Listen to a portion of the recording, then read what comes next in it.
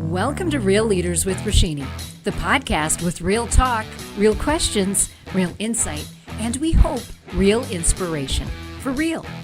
In Season 2, we meet more inspiring leaders who get real in all parts of their lives. You can find Real Leaders with Roshini on the radio.com app, Apple Podcasts, Stitcher, and Google Play. My guest today is Liz Collin, news anchor and reporter for WCCO TV, the CBS affiliate in Minneapolis. We speak today virtually and not in person as the United States and the world deal with the COVID-19 pandemic. Many states, including Minnesota, are living under stay-at-home orders. Liz, what are the most dramatic effects of the pandemic on your work and your life? Oh gosh, it's really changed things from the time you get up in the morning and until the time you go to bed at night. But I guess the thing that's most obvious for what we do here at WCCO is the way we're gathering news has gone to a digital format, as it has in so many other businesses. But we are interviewing people now through FaceTime or Skype. I'm still coming into the studios here at WCCO, anchoring our noon show and different cut-ins that we do on our digital CBSN Minnesota station. But many people do not come in anymore, and they are working remotely from home. You see our weather team at home, and many of our reporters are working from home and gathering the news that way. But it's definitely changed everything we do, but not the fact that we are committed to getting information out and interviewing those newsmakers and also getting a lot of questions answered during this uncertain time. You've been in the business for a long time. Is this just shocking? I mean, I don't know that anyone could have predicted something like this. Oh, never, never in a million years. It's been about 20 years now for me as a reporter, and no, I guess I never saw a day like this. That's for sure. I will tip the hat to the managers who have really had to react quite quickly to keep us on the air and all healthy and safe. And thankfully, that's been the case for weeks now here at WCCO. But I don't think anybody ever saw a day like this coming. Let's go back to the beginning. You're a native of Worthington, Minnesota. What was it like growing up in a smaller town? It's funny. I always thought it was a small town, but sort of Minnesota standards, it's a bit larger. It could be a lot smaller. There's people I work with who are from towns of just a few hundred or so. But there was about 10,000 people in Worthington when I grew up there, and it was a lovely childhood I had. My parents grew up around that area as well, and my dad's from Heron Lake, and my mom from a tiny town of Brewster of just 500 people. And they decided to raise us in Worthington. My dad took over my grandpa's business, and my grandparents, I almost grew up with them, I will say. They lived just a few miles away. They loved the news. It's the reason I do what I do now. We would stay up to watch the 10 o'clock news, and that's when I always felt like I could go to bed. And I was watching the news from the time I was 5, 6, 7 years old. And when people asked me what I wanted to do, I always would say, that's what I want to do. I want to be a TV reporter. I want to be a journalist. And I feel very, very thankful and blessed that has happened. But everybody in my family always supported me and thought, well, that's what you want to do. Just keep moving in that direction. So yeah, I had a little small town newspaper I started in Worthington. I worked at the radio station for years in high school before I left there to go to college. And I'm just so thankful to actually grow up in a small town. I think you have many opportunities that you don't have in some of the larger cities. And, it's kind of nice to live in a place where everybody knows you and it was safe. And I just look back on my childhood with many a fond memory, as I know most people do. Gave you a nice foundation.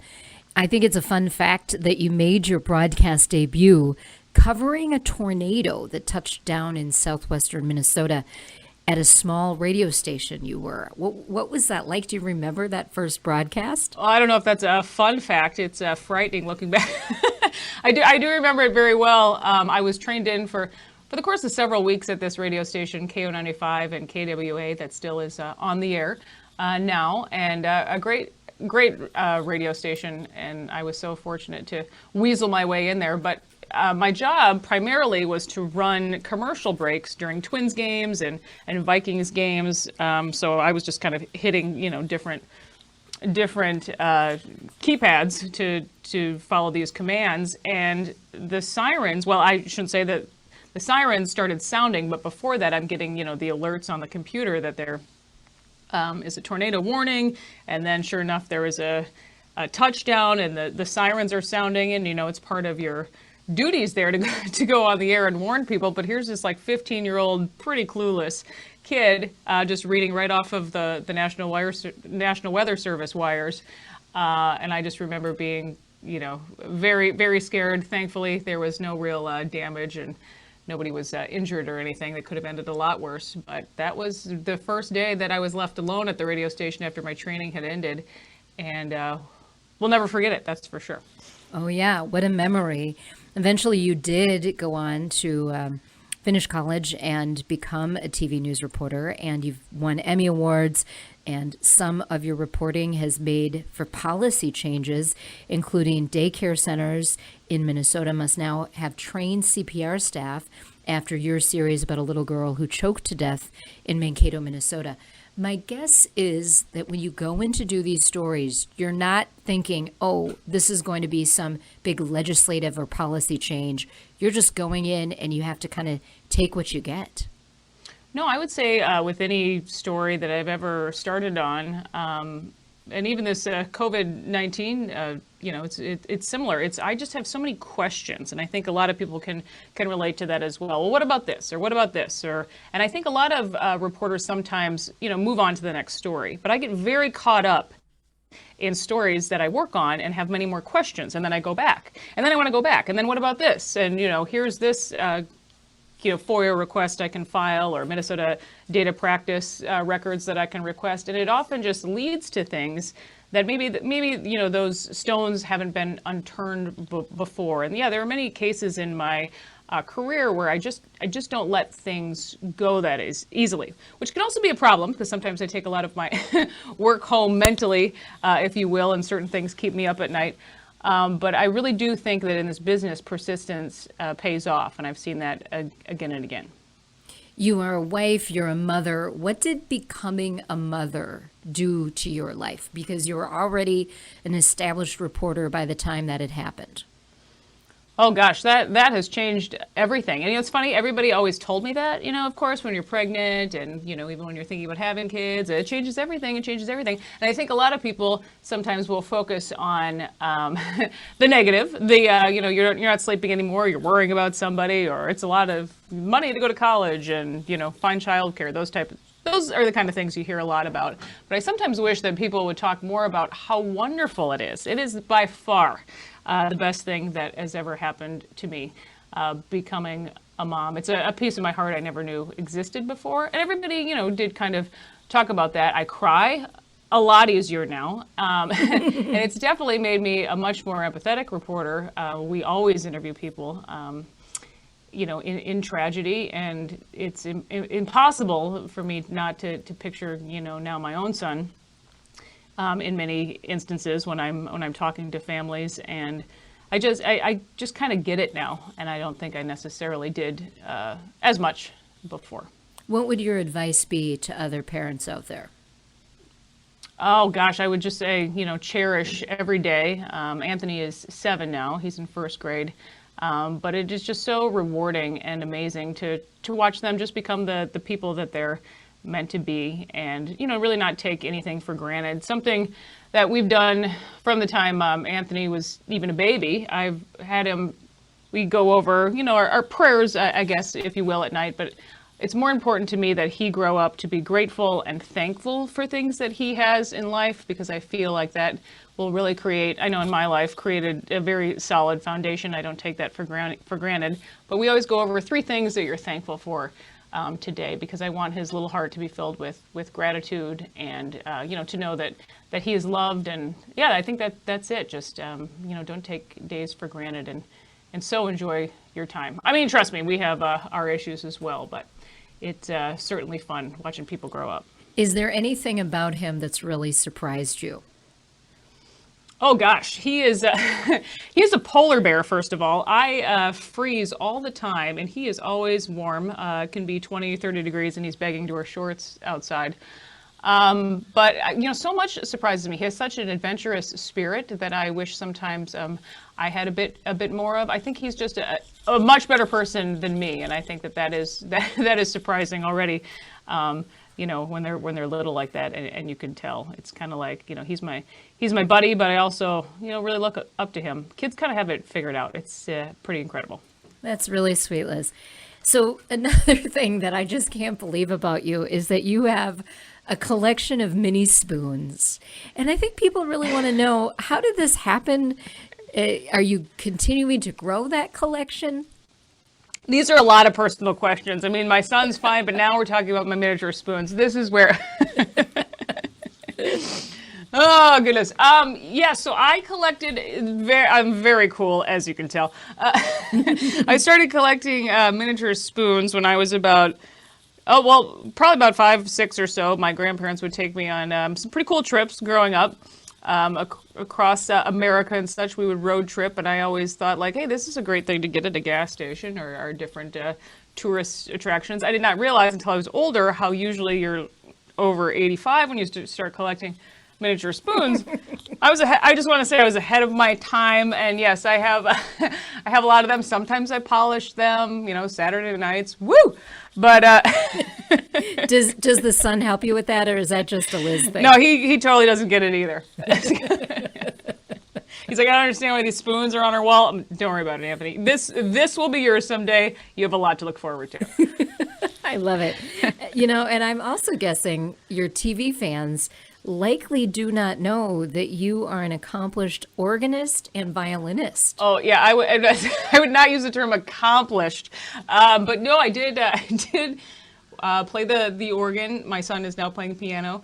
I'm forcing him to do that, but I played the organ. My mom played. My grandma played the organ. It is also a very sexy instrument, let me tell you. But anytime you can control 2 keyboards at once with foot pedals, hello.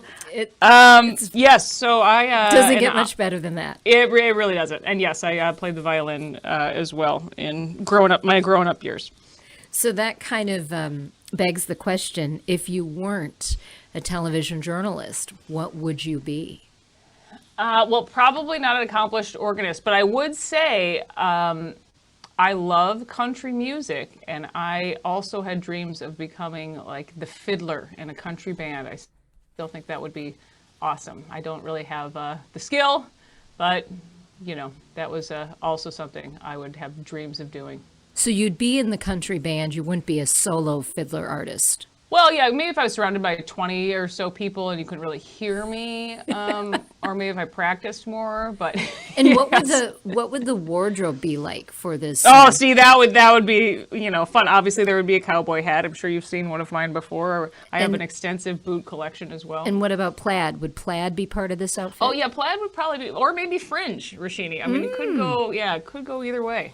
That is a very, very good point. All right, let's do a little fire round with you, Liz. It's fun to share all these fun facts. They're, I'm sure, going to be very surprising when your fans hear this episode. If you had to pick one, what's your favorite swear word? Oh, wow. Okay. I will say that I'm not swearing that much anymore due to the fact that or around him anyway, my son, but I'm not doing a good job teaching him about swear words, because the other day he comes home and he says, my neighbor friend called me the G word. And I'm like, well, what the heck is the G? And what is the G word? He called me a jerk. And I said, well, we have more issues. We need to work on spelling before I even work on swearing. So everything, I guess, is now a swear word, whether it's stupid or jerk or, bad words. So I would say probably, though, the SH, that one word. Yeah. Mm-hmm. I mean, you around could say adult conversation. You could say it. This is a podcast, but we understand. I think it's okay, for parents to still have that in their repertoire, and that it come out every once in a while. It's okay. Yeah. You've been around me.